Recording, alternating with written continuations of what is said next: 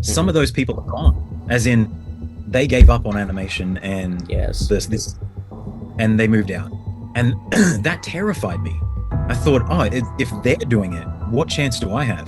All the artists and people made Disney and Cartoon Network what they are today. We made everything being an artist.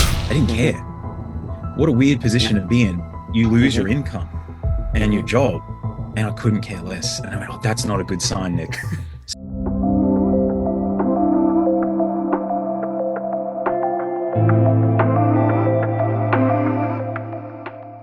Hello and welcome to Prolific Perspectives. This is Kamal Hassan, your host and founder of Prolific Animation Studio. We are all about exploring innovation, entrepreneurship, and how to be successful. Today we have an amazing guest with us, an artist in the animation industry, worked with many notable projects, worked with many big names out there, Marvel Studios, Cartoon Network, and Disney. Nic Gregory. Hey Nic, how are you? I'm good. How are you, Kamal? Pretty good, pretty good. Pleasure to have you today with us. Thanks for having me. Yeah, it's an exciting thing when someone starts a new podcast that helps us artists out. So well done. Thank you. Thank you. All right, Nic. So I've been reading about you, your recent projects, the current project that you're working on, which will be, released in early 2025. So would you please give your brief introduction to the audience so they'll know more about you? Okay, man, it's a big life, so I'll try to be quick. So animation wise, about 10 years ago, I moved here to America, and I always had Mm-hmm. that dream in animation. Mm-hmm. So I packed up my previous careers, which was professional Mm-hmm. wrestling, graphic design, a whole bunch of weird things. And I made the journey over here with 4 suitcases and my two Mm-hmm. action figures of myself and my wife, and Uh-huh. we started that journey to get to the entertainment animation And industry. I find it unique, transformation from the wrestling to the animation side. So just Yeah, elaborate more. Yeah. it's Was odd. it I don't challenging? know. Yeah. Uh-huh. Oh, yeah, it's very challenging, and I don't know many people that have gone from Mm-hmm. wrestling to making art for a living. But I guess the one thing I got out of it was I have a determination, so that kind Mm-hmm. of helped. And Mm-hmm. yeah, just self-taught artist came over here and tried to make it work. And after about two Mm-hmm. years, I started a Uh-huh. career, and I got to work for, like you said, Disney, Marvel, Cartoon Uh-huh. Network, Warner Bros., Stupid Buddy. The list is huge now. About Uh-huh. 10 to 12 TV shows, Mm-hmm. movies, theme parks, Uh-huh. and like I said, just self-taught, always looking at books, watching shows, trying to Uh-huh. study everything I see. And Mm-hmm. yeah, it got me to here where I can comfortably work for a living, with the exception of this weird year in animation. So, what are your thoughts about LA animation industry? Things are going on, things are getting collapse, and what are your thoughts about that? How do you advise people here to move on and trying to something good for themselves because the industry is falling apart? I would say, or maybe it's going to collapse sooner. Maybe. So, what are your Yeah. thoughts on that? Yeah, this is such a big topic. And just so you know, Mm-hmm. the this conversation I have maybe Mm-hmm. almost daily with someone new that I've worked with or a colleague, and Mm-hmm. it's a weird time for us, particularly in LA. Maybe the rest of the Mm-hmm. world might take advantage of what changes here too. But Mm-hmm. seeing how that progression of streaming came Mm-hmm. in and kind of devalued our art form a little bit, Mm-hmm. times mean that the studios just aren't making enough money as well. It seems like there's more things to fight than usual, and it looks almost insurmountable here, but they're trying. We've got a chance. Hopefully, maybe mid next year we'll have an answer as to how to move forward with our contracts. But the scary part is I don't see the jobs and the work staying in this city. Like it may still be a hub. I don't know if it's going to be the hub. And Uh, maybe the people here, that's like a good myself, don't. point. Yeah. Yeah, Mm-hmm. Mm-hmm. but it's going to change it for the whole world. Um, my tip, I guess, would be animation is part of a business here, and the Mm-hmm. studios are just trying to make their money, and they'll do it with whatever means necessary. If AI comes along and Absolutely. that's the answer. And They're trying to maximize the profits. I uh, completely I agree uh, with you. Yeah. To be honest, that's they're a business. That's all they have to worry about. Because if they don't get Yeah. good profit, they're not going to make cool new things. But if they So I won't make good profits, they're not going to be able to create opportunities for people, for artists. exactly, exactly. So I'm not Mm-hmm. angry at them making that decision, but as an artist, it's hard Mm-hmm. as well because I have to go, well, I appreciate this as an artistic endeavor, and I have Mm-hmm. to be part of the business world. So I have to watch those decisions and go, okay, it's fine. Now, the Mm-hmm. answer to what are the tips for us moving forward Uh-huh. is if you aren't making your own stuff, whether that's a digital comic, whether it's Yeah. a short animated film, if you're not Mm-hmm. just putting an idea out there, pitching even, Mm-hmm. um, in the future, you might be wasting your time because there's going Absolutely. to I would be, agree with you. yeah, there's no other currency except what you can now give to that business world or what you can make of yourself. So that's kind of the only tip I think we can give right now because there's a lot of unanswered things going on. Because on this thing, I came to a conclusion last year that, Monday to Friday, I'm going to work for contracts. But Monday to Thursday, I'm going to work for contracts. And Friday, I'm going to work for my own content because that's going to, give me a survival in the future. So I would agree with you. We should Yeah, be creating absolutely. our own stuff. Yeah. Yeah, and I'll admit that I think I'd been for me the dream was to get here and like check a bunch of lists off and say I made Mm-hmm. that company, I worked on this IP, and I did Mm-hmm. everything just in time. But I Mm-hmm. do regret not having pushed a little harder on the personal projects because Mm-hmm. that already is showing that it's the next thing. Yeah. Like look at Has Been Hotel that Bento Box made. Mm-hmm. That was made, it got successful online, and Mm-hmm. that personal project is now something big and popular.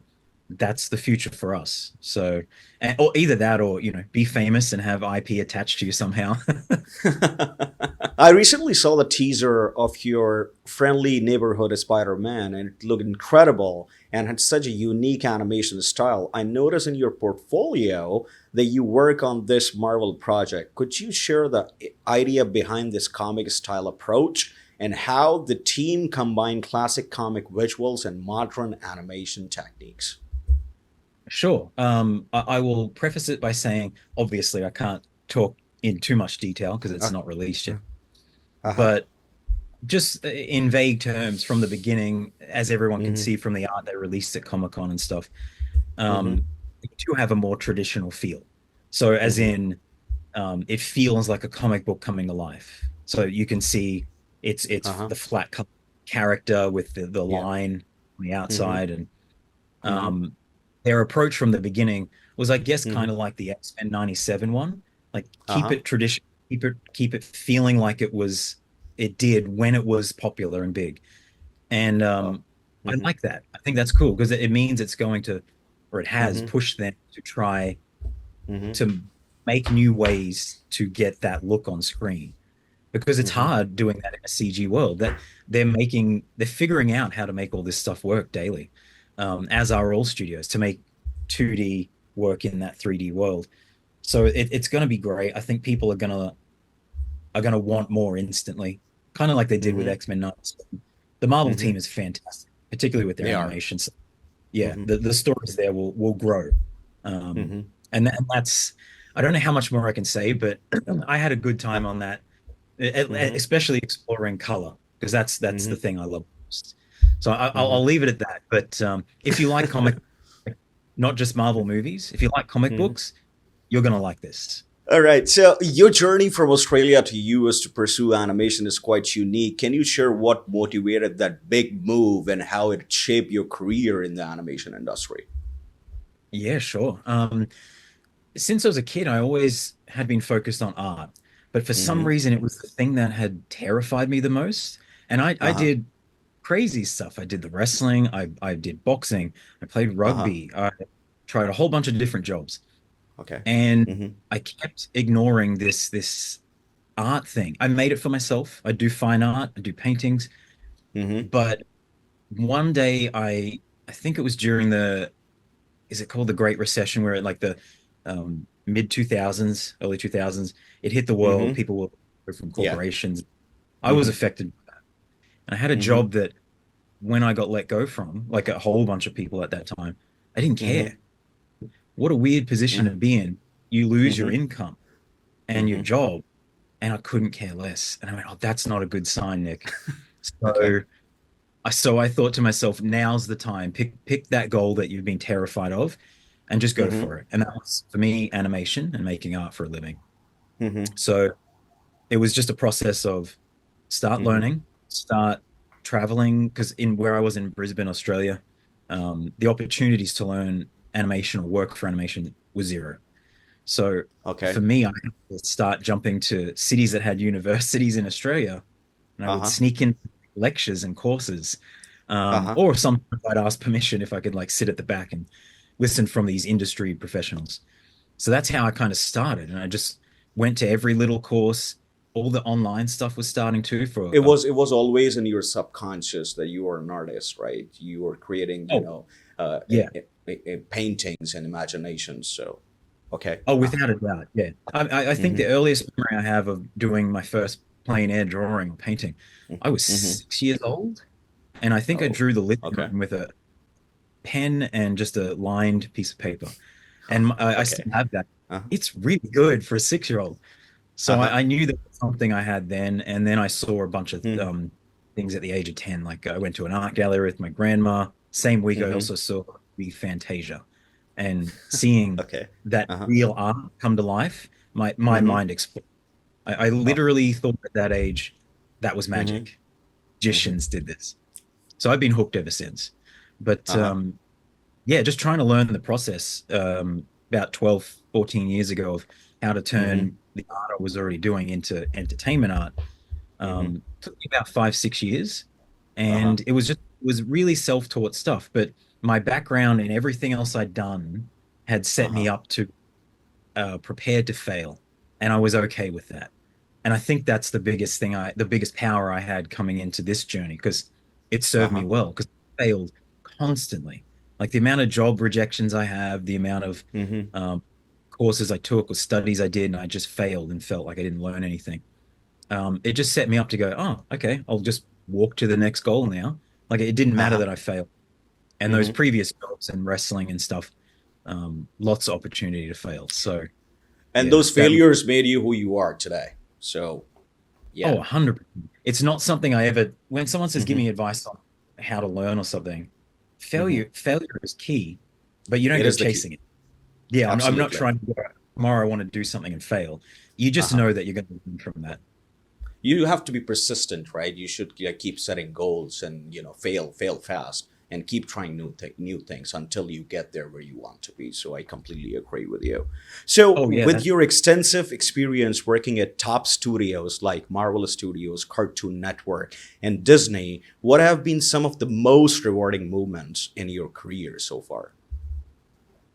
Um, there's a couple that hit me hard. Like there's some jobs where daily I go, oh, I'm Mm-hmm. drawing for a living. Like Uh-huh. on Mulligan, the TV show Bento Box did.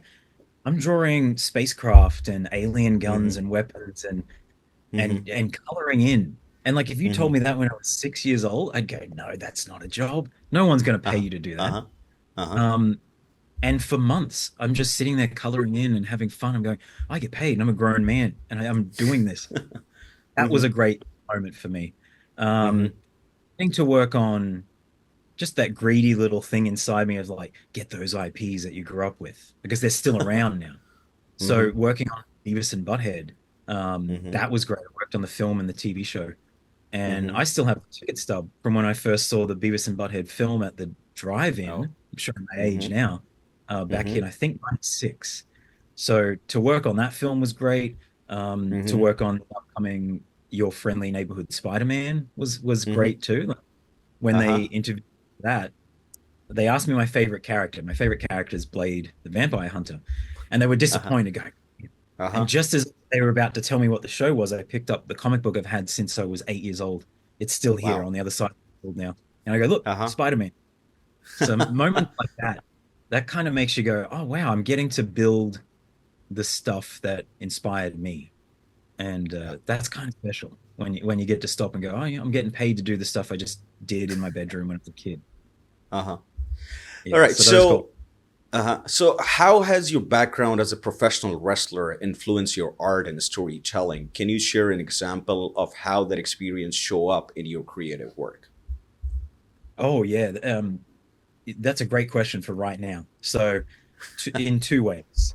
Uh-huh. Um, One is in wrestling, you are, I wouldn't say ridiculed at the start, but when you tell someone you're a wrestler, it's instantly Mm-hmm. like, oh, it's fake. And they think, oh, you obviously love wearing spandex and running around the ring with other guys. And I do. Yeah, sorry to interrupt you here. Is it really Yeah. scripted? All the wrestling in WWE and WWF and all of that? Is it really? Or Some wrestlers will literally want to kill me when I say this, but obviously in some of those companies, yeah, there's scripts and there's people writing.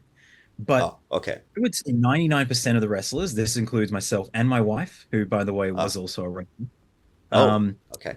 yeah, we learned the old school way, the way like Ric Flair, Andre the Giant, those guys Uh-huh. did. Uh-huh. And you might know one or two moves so you don't break your neck, but I've gone into at least 60% of my matches that you don't know anything. Um, Even to a Okay. point where you might get told who's going to win halfway through, or you just Mm-hmm. ad lib feeding off the crowd. So there is an element of yes, you can script it, but yeah, I've Uh-huh. done plenty of matches where I don't know what's happening next. So that's kind of I don't think people realize that either. Yeah. All right. So the animation industry is facing a lot of changes, especially in LA. From your perspective, what are the biggest challenges artists are currently facing and how can they overcome them? Ooh. So if we're talking like for instance, if we're talking about like say you can't do much about the AI scare, which I think is the biggest issue in most people's heads right now.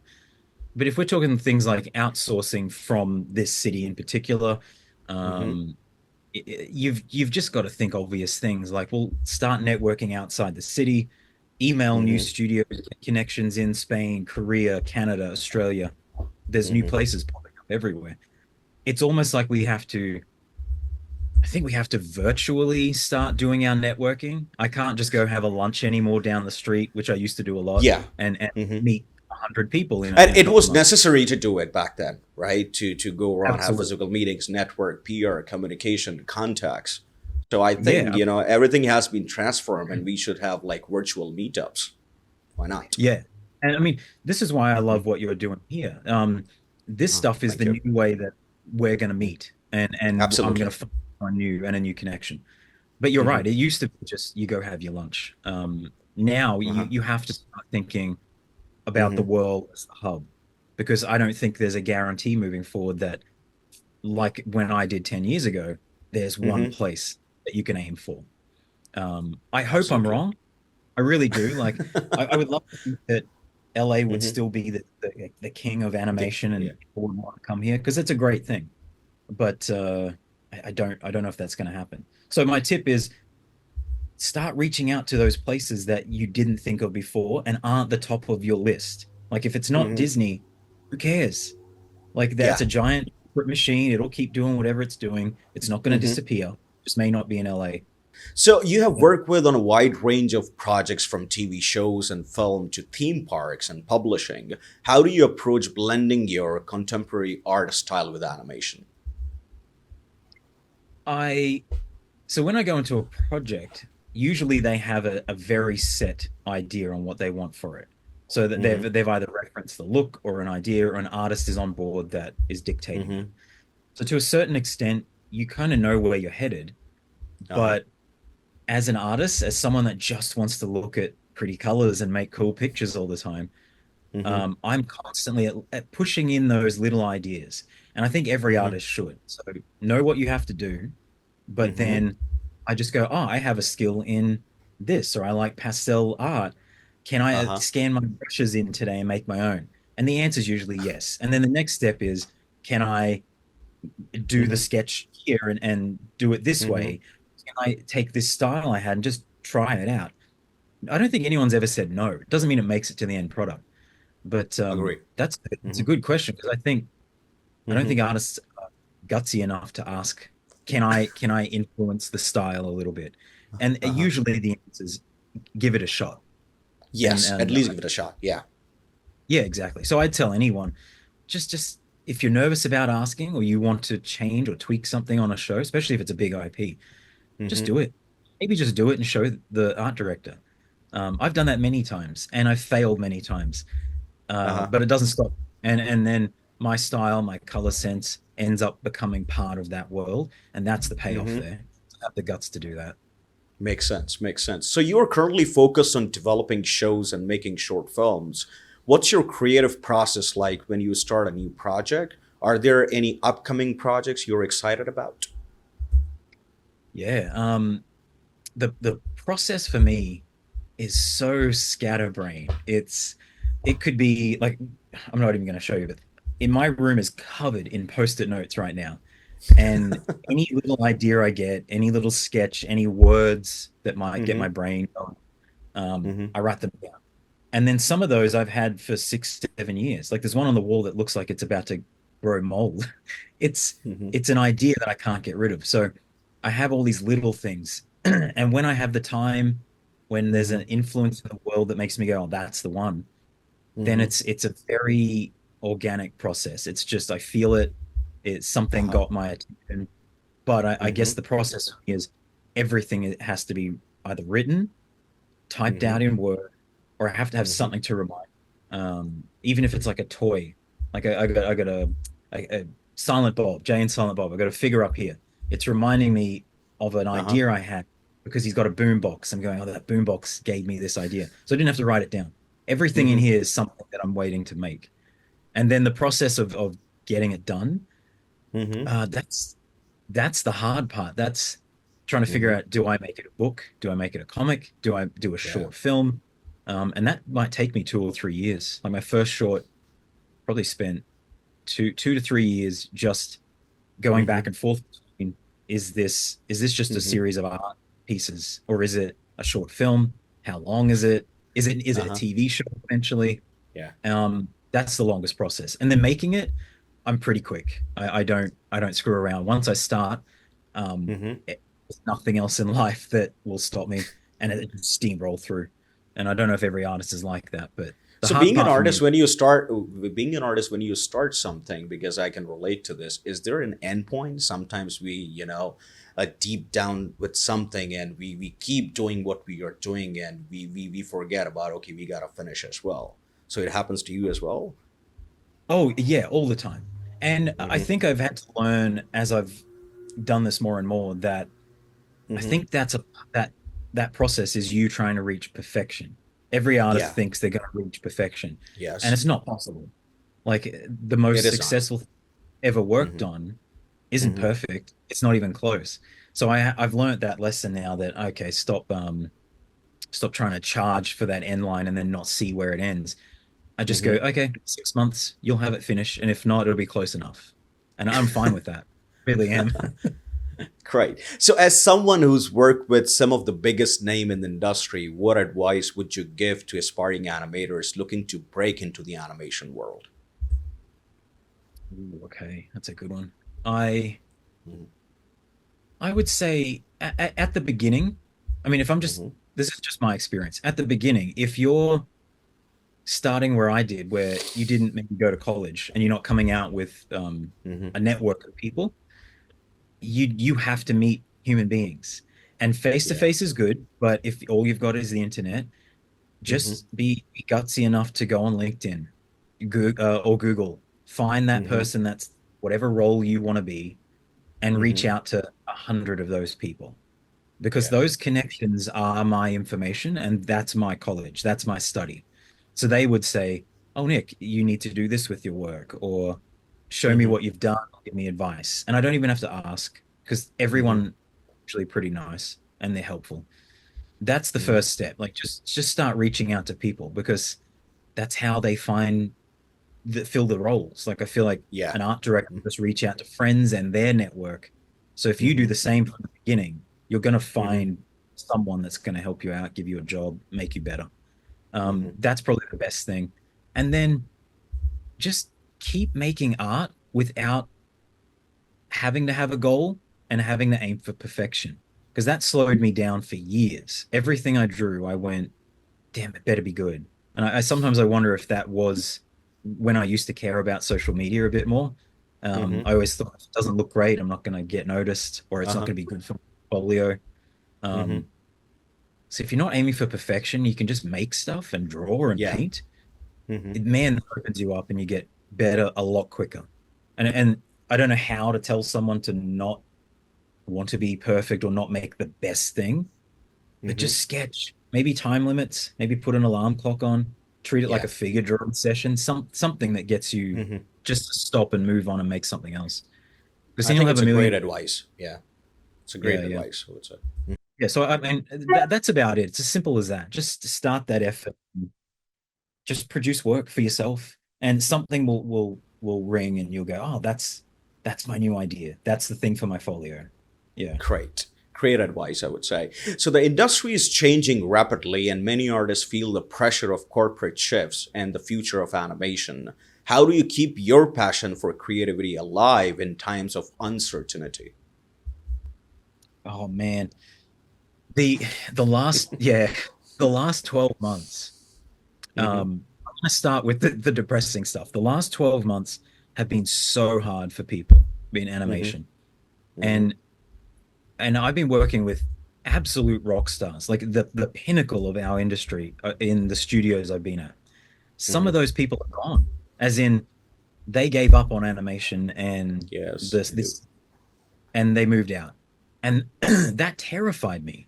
I thought, oh, if they're doing it, what chance do I have?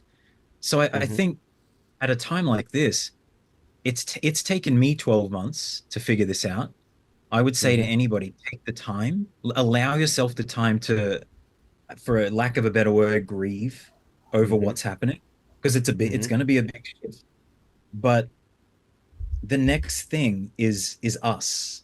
So one of us, one of the people that is going, I'm having trouble now. I'm not, my career's Mm-hmm. slowing down or something.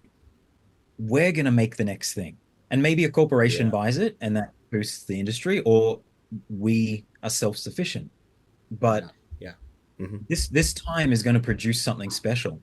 It forced me to. It took me 8 months where I was just I was depressed and I thought that's the end of a career I worked damn hard to get. And I'm watching it float away. And then all of a Mm-hmm. sudden, after I came to terms with it, I gave myself that time.